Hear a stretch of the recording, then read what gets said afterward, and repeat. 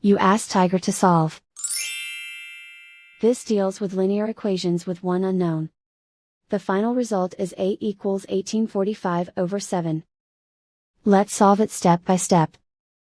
Simplify the expression. Simplify the fraction. Multiply the coefficients.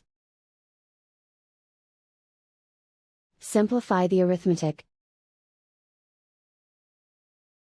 Isolate the a. Multiply both sides by inverse fraction 45/7. Group like terms. Multiply the coefficients. Simplify the fraction.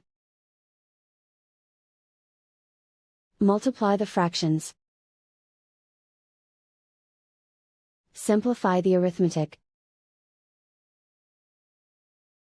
And so the final result is 8 equals 1845/7.